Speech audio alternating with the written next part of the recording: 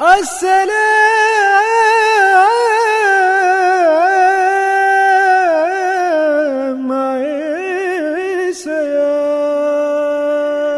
باللہ من الشیطان الرجیم، بسم اللہ الرحمن الرحیم۔ تمام تعریفیں اس پاک پروردگار کے لیے کہ جو تمام جہانوں کا پالنے والا ہے، اور لاکھوں کروڑوں درود و سلام آن حضرت صلی اللہ علیہ وآلہ وسلم اور ان کی آل پر۔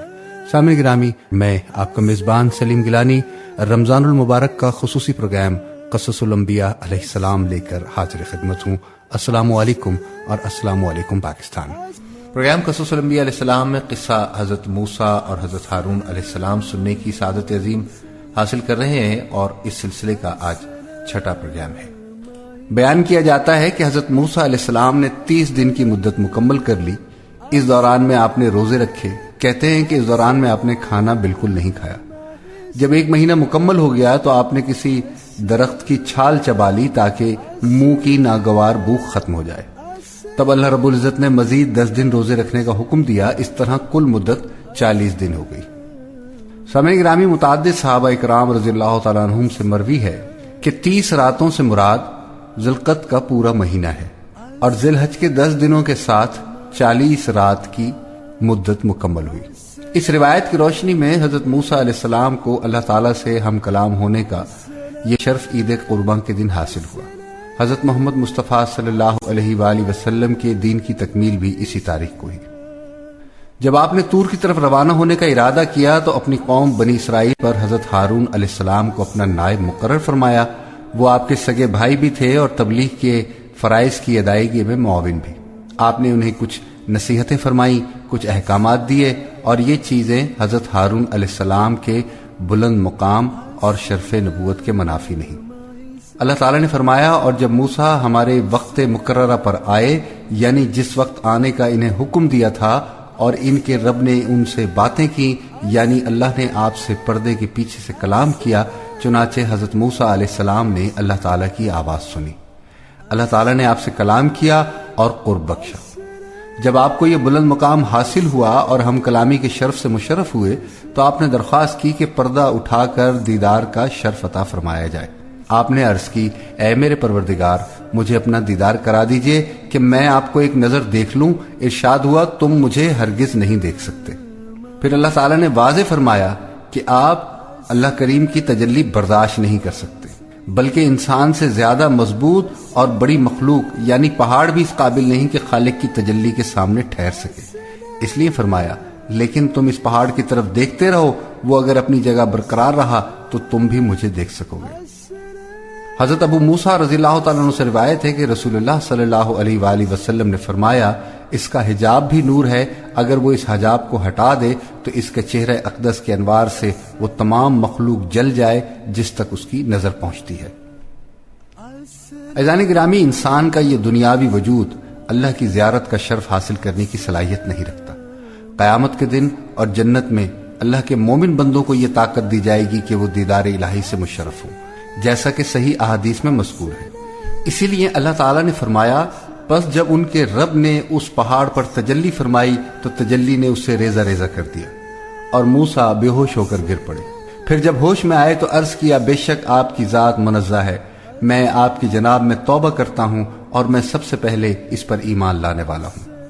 مجاہد رحمۃ اللہ علیہ فرماتے ہیں، اللہ تعالیٰ نے فرمایا، لیکن تم اس پہاڑ کی طرف دیکھتے رہو، اگر وہ اپنی جگہ برقرار رہا تو تم بھی مجھے دیکھ سکو گے، وہ آپ سے بڑا اور زیادہ سخت ہے۔ بس جب ان کے رب نے اس پر تجلی فرمائی اور آپ نے پہاڑ کو دیکھا تو وہ ٹوٹ پھوٹ گیا۔ موسیٰ علیہ السلام پہاڑ کی اس کیفیت کو دیکھتے ہی بے ہوش ہو کر گر پڑے۔ جب ہوش میں آئے تو عرض کیا، بے شک آپ کی ذات منزہ ہے۔ اس لفظ میں اللہ کی پاکیزگی اور عظمت کا اظہار ہے کہ اس کی عظمت کی وجہ سے کوئی اسے نہیں دیکھ سکتا۔ میں آپ کی جناب میں توبہ کرتا ہوں، یعنی آئندہ کبھی دیدار کی درخواست نہیں کروں گا، اور میں سب سے پہلے اس پر ایمان لانے والا ہوں کہ تیری تجلی نہ کوئی زندہ برداشت کر سکتا ہے اور نہ بے جان مخلوق۔ جاندار فوراً ہلاک ہو جائے گا اور بے جان ٹوٹ پھوٹ جائے گا۔ روایت ہے کہ رسول خدا صلی اللہ علیہ وآلہ وسلم نے فرمایا، انبیاء اکرام علیہ السلام میں مجھے دوسروں پر فضیلت نہ دو، کیونکہ قیامت کے دن لوگ بے ہوش ہو جائیں گے تو سب سے پہلے میں ہوش میں آؤں گا۔ اس وقت میں دیکھوں گا کہ موسیٰ علیہ السلام عرش کا ایک پایا پکڑے ہوئے ہیں، معلوم نہیں انہیں مجھ سے پہلے ہوش آ گیا ہوگا یا طور کی بے ہوشی کا بدلہ یہ ملے گا کہ وہ اس وقت بے ہوش نہیں ہوں گے۔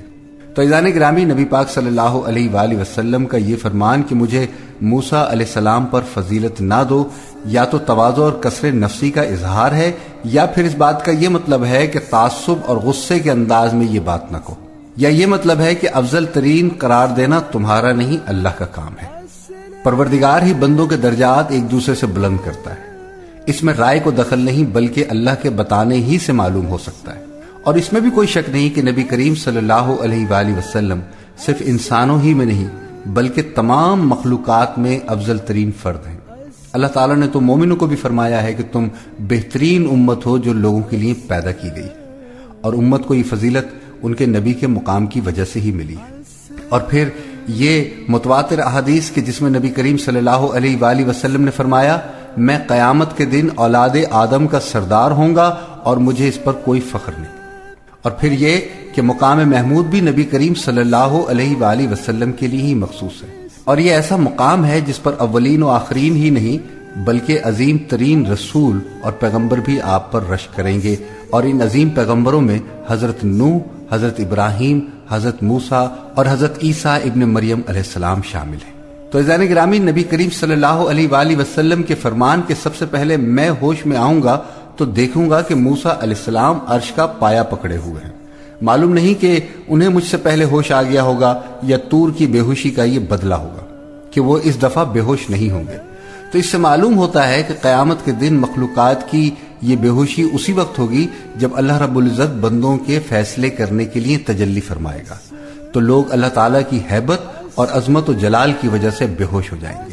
سب سے پہلے خاتم الانبیاء حضرت محمد مصطفیٰ صلی اللہ علیہ وآلہ وسلم ہوش میں آئیں گے تو حضرت موسیٰ علیہ السلام کو عرش کا پایا پکڑے دیکھیں گے، یا ان کی بے ہوشی ہلکی ہوگی کیونکہ دنیا میں بھی وہ تجلی الہی کی وجہ سے بے ہوش ہوئے تھے، یا طور کی بے ہوشی کا بدلہ یہ ملے گا کہ وہ اس موقع پر بالکل بے ہوش نہیں ہوں گے۔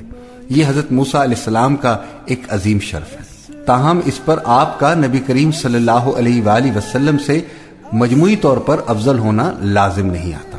اللہ تعالیٰ کا یہ فرمان کہ اے موسیٰ، میں نے پیغمبری اور اپنی ہم کلامی سے اور لوگوں پر تم کو امتیاز دیا ہے، اس سے مراد اس دور کے انسانوں پر فضیلت ہے، پہلے اور پچھلے زمانے کے تمام انسانوں پر فضیلت مراد نہیں، کیونکہ آپ سے پہلے حضرت ابراہیم علیہ السلام گزر چکے ہیں جو یقیناً آپ سے افضل تھے، اور آپ علیہ السلام کے بعد حضرت محمد مصطفیٰ صلی اللہ علیہ وآلہ وسلم تشریف لائے، وہ بھی آپ سے افضل تھے۔ شب معراج میں نبی کریم صلی اللہ علیہ وآلہ وسلم کا اور رسول اعظام سے افضل ہونا ظاہر ہوا، اور قیامت کو بھی ظاہر ہوگا، جیسا کہ رسول خدا صلی اللہ علیہ وآلہ وسلم سے روایت ہے کہ میں ایسے مقام پر فائز ہوں گا کہ ساری مخلوق حتیٰ کہ ابراہیم علیہ السلام بھی میری طرف رغبت فرمائیں گے۔ اور اللہ تعالیٰ کا یہ فرمان کہ جو کچھ تم کو میں نے عطا کیا اس کو لو اور شکر کرو کا مطلب یہ ہے کہ آپ کو رسالت اور ہم کلامی کا جو شرف ملا ہے وہ لیجئے اور اس سے زیادہ کچھ نہ طلب کیجئے بلکہ اس پر شکر کیجئے۔ اور اللہ تعالیٰ نے فرمایا، اور ہم نے چند تختیوں پر ہر قسم کی نصیحت اور ہر چیز کی تفصیل انہیں لکھ کر دی۔ یہ تختیاں کسی نفیس جوہر کی بنی ہوئی تھی۔ صحیح حدیث میں ہے کہ اللہ تعالیٰ نے تورات اپنے ہاتھ سے لکھی، اس میں گناہوں سے بچنے کی نصیحتیں اور حلال و حرام کے تفصیلی احکامات درج تھے۔ تم ان کو مضبوطی سے پکڑ لو، یعنی پختہ عزم کے ساتھ لے لو، اور اپنی قوم کو حکم دو کہ ان کے اچھے اچھے احکام پر عمل کرے۔ یہ بھی مطلب ہے کہ کلام سے بہترین مفہوم اخذ کریں۔ اب بہت جلد تم کو ان نافرمانوں کا مقام دکھلاتا ہوں جو میرے رسولوں کی تکذیب اور احکام کی مخالفت کرتے ہیں، میں ایسے لوگوں کو اپنے احکام سے برگزشتہ رکھوں گا۔ وہ اسے نہ سمجھیں گے، نہ ان پر غور کریں گے، نہ اس مفہوم کو سمجھنے کی کوشش کریں گے جو اس کلام سے مقصود ہے۔ جو دنیا میں تکبر کرتے ہیں جس کا ان کو کوئی حق حاصل نہیں، اگر وہ تمام نشانیاں دیکھ لیں تب بھی وہ ان پر ایمان نہ لائیں، یعنی خرق عادت معجزات دیکھ کر بھی احکام الہی کا اتباع اختیار نہیں کرتے، اور اگر ہدایت کا راستہ دیکھیں تو اس کو اپنا طریقہ نہ بنائیں، اور اگر گمراہی کا راستہ دیکھ لیں تو اس کو اپنا طریقہ بنا لیں۔ یہ اس وجہ سے ہے کہ انہوں نے ہماری آیتوں کو جھٹلایا اور ان سے غافل رہے، اور وہ لوگ جنہوں نے ہماری آیتوں کو اور قیامت کے پیش آنے کو جھٹلایا، ان کے سب کام رائے گا گئے، ان کو اسی کی سزا دی جائے گی جو کچھ اعمال یہ کرتے ہیں۔ بہرحال عزیزان گرامی، حضرت موسیٰ علیہ السلام کوہ طور پر تشریف لے گئے اور قوم شیطان کے بہکاوے میں آ کر بچڑے کو پوجنا شروع ہو گئی۔ حضرت موسیٰ علیہ السلام کو قوم کی اس حماقت کا علم ہوا تو اپنے بھائی حضرت ہارون علیہ السلام اور قوم پر سخت ناراض ہوئے۔ ارشاد باری تعالیٰ ہے، اور قوم موسیٰ نے موسیٰ کے بعد اپنے زیور کا ایک بچڑا بنا لیا، وہ ایک جسم تھا جس میں سے بیل کی آواز نکلتی تھی۔ ان لوگوں نے یہ نہ دیکھا کہ وہ نہ ان سے بات کر سکتا ہے اور نہ ان کو رستہ دکھا سکتا ہے، اس کو انہوں نے معبود بنا لیا اور اپنے حق میں ظلم کیا۔ اور جب وہ نادم ہوئے اور دیکھا کہ گمراہ ہو گئے ہیں تو کہنے لگے، اگر ہمارا پروردگار ہم پر رحم نہیں کرے گا اور ہم کو معاف نہیں فرمائے گا تو ہم برباد ہو جائیں گے۔ اور جب موسیٰ اپنی قوم میں نہایت غصے اور افسوس کی حالت میں واپس آئے تو کہنے لگے، تم میرے بہت برے جانشین ثابت ہوئے، کیا تم نے اپنے رب کے حکم پہنچنے سے پہلے جلدی کی؟ یہ کیا؟ اور شدید غضب سے تورات کی تختیاں ڈال دیں اور اپنے بھائی کے سر کے بالوں کو پکڑ کر اپنی طرف کھینچنے لگے۔ اور انہوں نے کہا، بھائی جان، لوگ تو مجھے کمزور سمجھتے تھے اور قریب تھا کہ قتل کر دیں، سو ایسا کام نہ کیجیے کہ دشمن مجھ پر ہنسیں اور مجھے ظالم لوگوں میں مت ملائیے۔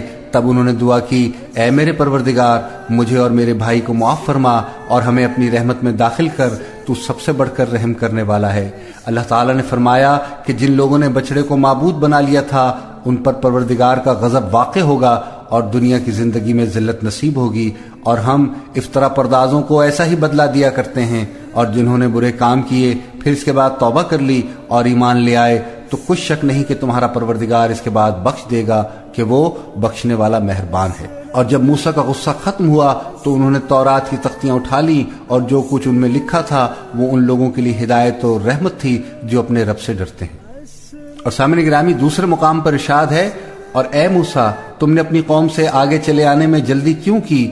کہا، وہ میرے پیچھے آ رہے ہیں۔ اور اے پروردگار، میں نے تیری طرف آنے کی جلدی اس لیے کی کہ تو خوش ہو۔ فرمایا کہ ہم نے تمہاری قوم کو تمہارے بعد آزمائش میں ڈال دیا ہے اور سامری نے ان کو بہکا دیا ہے۔ اور موسیٰ غم اور غصے کی حالت میں اپنی قوم کے پاس واپس آئے اور کہنے لگے، اے میری قوم، کیا تمہارے پروردگار نے تم سے ایک اچھا وعدہ نہیں کیا تھا؟ کیا میری جدائی کی مدت تمہیں دراز معلوم ہوئی، یا تم نے چاہا کہ تم پر تمہارے پروردگار کی طرف سے غضب نازل ہو اور اس لیے تم نے مجھ سے جو وعدہ کیا تھا اس کے خلاف کیا؟ وہ کہنے لگے کہ ہم نے اپنے اختیار سے تم سے وعدہ خلافی نہیں کی، بلکہ ہم لوگوں کے زیوروں کا بوجھ اٹھائے ہوئے تھے، پھر ہم نے ان کو آگ میں ڈال دیا، اور اسی طرح سامری نے ڈال دیا تو اس نے ان کے لیے ایک بچڑا بنا دیا، یعنی اس کا قالب جس کی آواز گائے کسی تھی۔ تب لوگ کہنے لگے، یہی تمہارا معبود ہے اور موسیٰ کا بھی معبود ہے، مگر وہ بھول گئے ہیں۔ کیا یہ لوگ نہیں دیکھتے کہ وہ ان کی کسی بات کا جواب نہیں دیتا اور نہ ان کے نقصان اور نفع کا کچھ اختیار رکھتا ہے؟ اور ہارون نے ان سے پہلے ہی کہہ دیا تھا کہ لوگو، اس سے صرف تمہاری آزمائش کی گئی ہے اور تمہارا پروردگار تو اللہ ہے، سو میری پیروی کرو اور میرا کہا مانو۔ وہ کہنے لگے، جب تک موسیٰ ہمارے پاس واپس نہ آئے ہم تو اسی کی پوجا پر قائم رہیں گے۔ پھر موسیٰ نے ہارون سے کہا کہ ہارون، جب تم نے دیکھا تھا کہ یہ گمراہ ہو رہے ہیں تو تم کو اس بات سے کس چیز نے روکا کہ تم میرے پیچھے نہ آئے؟ بھلا تم نے میرے حکم کے خلاف کیوں کیا؟ کہنے لگے، بھائی، میری داڑھی اور سر کے بالوں کو نہ پکڑیے، میں تو اس سے ڈرا کہ آپ یہ نہ کہیں کہ تم نے بنی اسرائیل میں تفرقہ ڈال دیا اور میری بات کو ملحوظ نہ رکھا۔ پھر سامری سے کہنے لگے، سامری، تیرا کیا معاملہ ہے؟ اس نے کہا کہ میں نے ایسی چیز دیکھی جو اوروں نے نہ دیکھی۔ پس میں نے فرشتے کے نقش پا سے مٹی کی ایک مٹھ بھری، پھر اس کو بچڑے کے قالب میں ڈال دیا، اور مجھے میرے جی نے اس کام کو اچھا ظاہر کیا۔ موسیٰ نے کہا، جا، تجھ کو دنیا کی زندگی میں یہ سزا ہے کہ کہتا رہے کہ مجھے ہاتھ نہ لگانا، اور تیرے لیے ایک اور وعدہ ہے، یعنی عذاب کا، جو تجھ سے ٹل نہ سکے گا۔ اور جس معبود کی پوجا پر تو موتقف تھا اس کو دیکھ، ہم اسے جلا دیں گے، پھر اس کی راہ کو اڑا کر دریا میں بکھیر دیں گے۔ تمہارا معبود اللہ ہی ہے جس کے سوا کوئی معبود نہیں، اس کا علم ہر چیز پر محیط ہے۔ عزیزان گرامی، سورہ طٰ کی ان آیات میں اللہ رب العزت نے بنی اسرائیل کے اس وقت کے حالات بیان کیے ہیں جب حضرت موسیٰ علیہ السلام اللہ کے حکم کے مطابق کوہ طور پر تشریف لے گئے تھے۔ وہاں آپ اللہ تعالیٰ سے ہم کلام ہوئے اور اللہ تعالیٰ سے بہت سے امور کے متعلق دریافت فرمایا۔ اللہ تعالیٰ نے آپ کے سوالات کے جواب دیے۔ اس دوران میں ایک شخص جس کا نام ہارون سامری تھا، بنی اسرائیل کے وہ زیور لے لیے جو انہوں نے فرعونیوں سے عارضاً لیے تھے۔ اس نے انہیں ڈھال کر ایک بچڑا بنایا اور اس میں مٹھی بھر مٹی ڈال دی، جو اس نے فرعون کے غرق ہونے کے وقت جبریل علیہ السلام کے گھوڑے کے نقش قدم سے اٹھائی تھی۔ اس نے وہ مٹی اس مجسمے میں ڈال دی تو وہ اس طرح رامبھنے لگا جس طرح سچ مچ کا بچڑا آوازیں نکالتا ہے۔ بعض علماء کا خیال یہ بھی ہے کہ واقعی گوشت پوست کا زندہ بچڑا بن گیا تھا، اس لیے گائے کی طرح آواز نکالتا تھا۔ بعض کہتے ہیں کہ ہوا اس کے دبر میں داخل ہو کر اس کے منہ سے نکلتی تھی تو اس قسم کی آواز پیدا ہوتی جیسے زندہ بچڑے کی آواز ہوتی۔ اس پر وہ لوگ خوش ہو کر اس کے ارد گرد ناچنے لگتے۔ وہ کہنے لگے یہی تمہارا بھی معبود ہے اور موسیٰ کا بھی، لیکن موسیٰ بھول گیا۔ یعنی موسیٰ علیہ السلام کو یاد نہیں رہا کہ معبود تو ہمارے پاس ہے اور وہ اسے کہیں اور ڈھونڈتا پھرتا ہے۔ اللہ تعالیٰ کی ذات اقدس سامنے گرامی ان فضول باتوں سے بہت بلند تر ہے۔ وہ مقدس اسماء اور صفات سے متصف ہے، اس کی نعمتیں بے شمار اور بے حد اور بے حساب ہیں۔ اللہ تعالیٰ نے ان کی توہم پرستی کی تردید فرماتے ہوئے ایک بے زبان جانور یا ایک شیطانی شعبدے کو معبود قرار دینے کی حماقت کی تردید کرتے ہوئے فرمایا، کیا یہ گمراہ لوگ یہ بھی نہیں دیکھتے کہ وہ تو ان کی بات کا جواب بھی نہیں دے سکتا اور نہ ان کے کسی برے بھلے کا اختیار رکھتا ہے۔ اور پھر مزید فرمایا، کیا انہوں نے یہ نہ دیکھا کہ وہ ان سے بات نہیں کرتا اور نہ ان کو کوئی راہ بتلاتا تھا؟ انہوں نے اس کو معبود قرار دیا اور بڑی بے انصافی کا کام کیا۔ یعنی یہ حیوانی مجسمہ نہ بات چیت کر سکتا تھا، نہ نفع نقصان کا اختیار رکھتا تھا، نہ کسی معاملے میں ان کی رہنمائی کر سکتا تھا۔ اس کی پوجا اپنی جان پر ظلم کے مترادف تھی، جبکہ انہیں معلوم تھا کہ جہالت اور گمراہی کا یہ کام بالکل غلط ہے۔ اور جب وہ نادم ہوئے اور معلوم ہوا کہ وہ لوگ واقعی گمراہی میں پڑ گئے تو کہنے لگے، اگر رب ہم پر رحم نہ کرے اور ہمارے گناہ معاف نہ کرے تو ہم بالکل گئے گزرے ہو جائیں گے۔ جب حضرت موسیٰ علیہ السلام نے واپس آ کر انہیں بچڑے کی پوجا میں مشغول دیکھا تو وہ تختیاں نیچے پھینک دی جن پر تورات لکھی تھی۔ بائبل میں لکھا ہے کہ موسیٰ علیہ السلام نے غصے میں آ کر وہ تختیاں زمین پر پٹک کر توڑ ڈالی۔ بعد میں اللہ تعالیٰ نے ان کے بدلے اور تختیاں دی۔ قرآن مجید کے الفاظ سے اس بات کی تائید نہیں ہوتی، بلکہ یہ معلوم ہوتا ہے کہ حضرت موسیٰ علیہ السلام نے تختیاں زمین پر ڈال دی تھی۔ بائبل میں ان تختیوں کی تعداد صرف 2 تھی اور قرآن مجید کے الفاظ سے معلوم ہوتا ہے کہ یہ تعداد کئی تختیوں پر مشتمل تھی۔ جب اللہ تعالیٰ نے حضرت موسیٰ علیہ السلام کو بتایا کہ قوم نے بچڑا پوجنا شروع کر دیا ہے تو آپ کو اتنا غصہ نہیں آیا جتنا اس وقت آیا جب آنکھوں سے دیکھ لیا۔ حدیث نبوی ہے، سنی ہوئی خبر آنکھوں سے دیکھنے کی طرح نہیں ہوتی۔ اور اس کے بعد جب حضرت موسیٰ علیہ السلام نے ان سے باز پرس کی تو انہوں نے ایک عذر پیش کیا جو درست نہیں تھا۔ کہنے لگے کہ ہم پر قوم کے زیورات کے جو بوجھ لاد دیے گئے تھے انہیں ہم نے ڈال دیا، اور اس طرح سامری نے بھی ڈال دیا۔ انہوں نے فرعونیوں کے زیورات کو اپنے قبضے میں رکھنے میں حرج محسوس کیا، حالانکہ وہ دشمنوں سے حاصل ہونے والا مال تھا جسے لینے کا حکم اللہ تعالیٰ نے انہیں دیا تھا، لیکن جہالت اور بے عقلی کی وجہ سے انہیں بچڑے کا مجسمہ پوجنے میں کوئی حرج محسوس نہ ہوا، جو محض ایک بے روح جسم تھا، لیکن اس میں سے رامبھنے کی آواز آتی تھی۔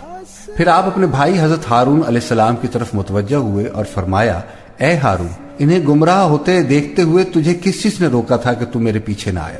یعنی آپ کو چاہیے تھا کہ میرے پاس طور پر آ کر ان کی اس غلط روی کی اطلاع دیتے۔ انہوں نے عرض کیا، مجھے تو صرف یہ خیال دامنگیر ہوا کہ کہیں آپ یہ نہ کہیں کہ تو نے بنی اسرائیل میں تفرقہ ڈال دیا، یعنی آپ انہیں چھوڑ کر میرے پاس آ گئے حالانکہ میں آپ کو اپنا نائب بنا کر آیا تھا۔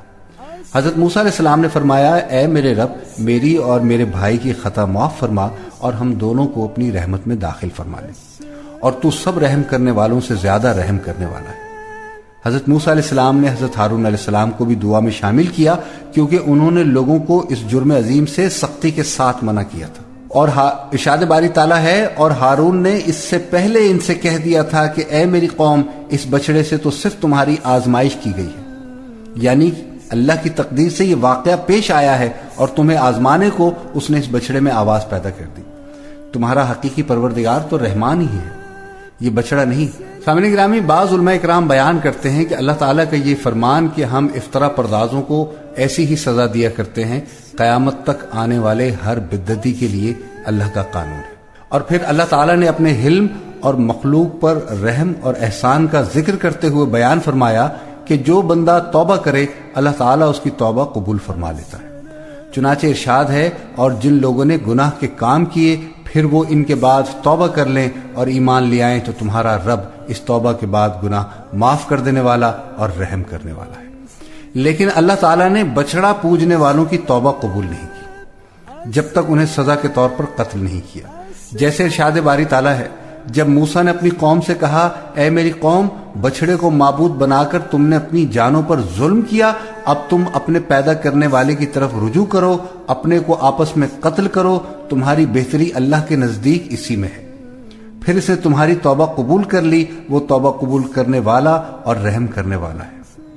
بعض حضرات نے فرمایا کہ ایک دن جن لوگوں نے بچڑے کی پوجا نہیں کی تھی، انہوں نے اللہ کے حکم سے ہاتھوں میں تلواریں لے لی اور اللہ نے ان پر دھند بھیج دی تاکہ قریبی رشتہ دار اپنے رشتہ داروں کو نہ پہچان سکے۔ پھر انہوں نے حملہ کر کے ان سب کو قتل کر دیا۔ کہتے ہیں انہوں نے اس صبح 70,000 افراد قتل کیے۔ ارشاد باری تعالیٰ ہے، اور جب موسیٰ کا غصہ فرو ہوا تو ان تختیوں کو اٹھایا اور ان کے مضامین میں ان لوگوں کے لیے جو اپنے رب سے ڈرتے تھے ہدایت اور رحمت تھی۔ موسیٰ علیہ السلام اپنی قوم کے 70 علماء کے ساتھ کوہ طور پر قوم کی گوسالہ پرستی سے توبہ کے لیے حاضر ہوتے ہیں، جہاں وہ ایک اور آزمائش کا سامنا کرتے ہیں۔ ارشاد باری تعالیٰ ہے، اور موسیٰ نے اس میعاد پر جو ہم نے مقرر کی تھی اپنی قوم کے 70 آدمی منتخب کر کے کوہ طور پر حاضر کیے۔ جب ان کو زلزلے نے پکڑا تو موسیٰ نے کہا، اے پروردگار، اگر تو چاہتا تو ان کو اور مجھ کو پہلے ہی ہلاک کر دیتا۔ کیا تو اسی فعل کی سزا میں جو ہم میں سے بے عقل لوگوں نے کیا ہے ہمیں ہلاک کرے گا؟ تو یہ تیری طرف سے آزمائش ہے، اس سے تو جسے چاہے گمراہ کر دے اور جسے چاہے ہدایت بخشے، تو ہی ہمارا کارساز ہے، سو ہمارے گناہ بخش دے اور ہم پر رحم فرما، اور تو سب سے بہتر بخشنے والا ہے، اور ہمارے لیے اس دنیا میں بھی بھلائی لکھ دے اور آخرت میں بھی، ہم تیری طرف رجوع کر چکے ہیں۔ فرمایا کہ جو میرا عذاب ہے اسے تو جس پر چاہتا ہوں نازل کرتا ہوں، اور جو میری رحمت ہے وہ ہر چیز پر محیط ہے۔ میں اس کو ان لوگوں کے لیے لکھ دوں گا جو پرہیزگاری کرتے ہیں اور زکوٰۃ دیتے ہیں اور ہماری آیتوں پر ایمان رکھتے ہیں، وہ جو ایسے رسول نبی امی محمد صلی اللہ علیہ وآلہ وسلم کا اتباع کرتے ہیں جن کے اوصاف کو وہ اپنے ہاں تورات اور انجیل میں لکھا ہوا پاتے ہیں، وہ انہیں نیک کام کا حکم دیتے ہیں اور برے کام سے روکتے ہیں، اور پاک چیزوں کو ان کے لیے حلال کرتے ہیں اور ناپاک چیزوں کو ان پر حرام ٹھہراتے ہیں، اور ان پر جو بوجھ اور طوق تھے وہ اتارتے ہیں۔ سو جو لوگ ان پر ایمان لائے اور ان کی رفاقت کی اور انہیں مدد دی، اور جو نور ان کے ساتھ نازل ہوا اس کی پیروی کی، وہی مراد پانے والے۔ امام محمد بن اسحاق رحمۃ اللہ علیہ بیان فرماتے ہیں کہ حضرت موسیٰ علیہ السلام نے بنی اسرائیل کے 70 افضل ترین افراد کا انتخاب کیا اور انہیں فرمایا کہ اللہ کے دربار میں حاضر ہو کر توبہ کرو اور اپنی پوری قوم کے لیے معافی کی دعا کرو، اور روزہ رکھو، غسل کرو اور اپنے کپڑے پاک کرو۔ حضرت موسیٰ علیہ السلام اللہ کے مقرر کیے ہوئے وقت پر انہیں لے کر طور سینا پر تشریف لے گئے۔ آپ اللہ کے حکم اور اجازت سے ہی وہاں تشریف لے جایا کرتے تھے۔ ان 70 افراد نے اللہ کا کلام سننے کی خواہش ظاہر کی۔ موسیٰ علیہ السلام نے فرمایا ایسا ہی ہوگا۔ جب حضرت موسیٰ علیہ السلام پہاڑ کے قریب پہنچے تو بادل نے پورے پہاڑ کو چھپا لیا۔ حضرت موسیٰ علیہ السلام آگے بڑھے اور بادل کے اندر داخل ہو گئے اور دوسروں سے فرمایا قریب آؤ۔ سامعین گرامی، جب حضرت موسیٰ علیہ السلام کو ہم کلامی کا شرف حاصل ہوتا تھا تو آپ کے چہرہ مبارک پر اس قدر روشن نور آ جاتا تھا کہ کوئی انسان آپ کی طرف نظر اٹھا کر نہیں دیکھ سکتا تھا۔ چنانچہ آپ کے اور ان افراد کے درمیان ایک پردہ حائل ہو گیا۔ جب یہ حضرات بادل میں داخل ہوئے تو سربہ سجود ہو گئے۔ انہوں نے سنا کہ اللہ تعالیٰ حضرت موسیٰ علیہ السلام سے مخاطب ہیں کہ یوں کریں یوں نہ کریں۔ جب اللہ تعالیٰ احکامات دے چکے تو موسیٰ علیہ السلام پر سے بادل ہٹ گیا۔ تب ان لوگوں نے کہا، جب تک ہم اپنے رب کو سامنے نہ دیکھ لیں آپ پر یقین نہ کریں گے۔ اس پر ایک کڑک کی آواز آئی اور ان کی جانیں جسموں سے نکل گئی، وہ سب مر گئے۔ تو موسیٰ علیہ السلام عجز و نیاز کے ساتھ دعا کرنے لگے۔ آپ نے عرض کیا، اے میرے پروردگار، اگر تجھ کو یہ منظور ہوتا تو اس سے قبل ہی ان کو اور مجھ کو ہلاک کر دیتا۔ کیا تو ہم میں سے چند بے وقوفوں کی حرکت پر سب کو ہلاک کر دے گا؟ یعنی ہم میں سے جن بے وقوفوں نے بچڑے کی پوجا کی ہے ان کی وجہ سے ہمیں نہ پکڑ، کیونکہ ہم ان کے عمل سے لا تعلق اور بیزار ہیں۔ حضرت عبداللہ بن عباس رضی اللہ تعالیٰ عنہ فرماتے ہیں کہ ان پر زلزلے اور کڑک کا عذاب اس لیے آیا تھا کہ انہوں نے اپنی قوم کو بچڑا پوجنے سے منع نہیں کیا تھا۔ ارشاد باری تعالیٰ ہے، یہ واقعہ تیری طرف سے ایک امتحان ہے۔ اس کا مطلب یہ ہے کہ اے اللہ، تیری قضاء و قدر کے فیصلے کے مطابق وہ واقعہ پیش آیا جس کے ذریعے سے تو نے ان کی آزمائش کی۔ جس طرح ہارون علیہ السلام نے اس سے پہلے ہی ان سے کہہ دیا تھا کہ اے میری قوم، اس بچڑے سے تو صرف تمہاری آزمائش کی گئی ہے۔ سامعین گرامی، یہ بہت ہی سخت امتحان اور کڑی آزمائش تھی، اس لیے کہا گیا ایسے امتحانات جس کو تو چاہے گمراہی میں ڈال دے اور جس کو چاہے ہدایت پر قائم رکھے۔ تیرا فیصلہ اور تیری مرضی غالب ہے جسے کوئی نہیں روک سکتا، نہ پلٹ سکتا ہے۔ تو ہی ہمارا خبرگیر ہے، پس ہم پر مغفرت اور رحم فرما، اور تو سب معافی دینے والوں سے اچھا ہے۔ ہم لوگوں کے نام دنیا میں بھی نیک حالی لکھ دے اور آخرت میں بھی۔ ہم تیری طرف رجوع کرتے ہیں، یعنی ہم توبہ کرتے ہیں۔ اللہ تعالیٰ نے فرمایا، میں اپنا عذاب اسی پر واقع کرتا ہوں جس پر چاہتا ہوں، اور میری رحمت تمام اشیاء پر محیط ہے۔ جیسا صحیح بخاری میں ہے کہ رسول خدا صلی اللہ علیہ وآلہ وسلم نے فرمایا، جب اللہ تعالیٰ نے آسمانوں اور زمین کو پیدا کر لیا تو ایک تحریر لکھی، وہ اس کے پاس عرش پر لکھی ہوئی ہے، اور وہ تحریر یہ ہے، میری رحمت میرے غضب پر غالب ہوگی۔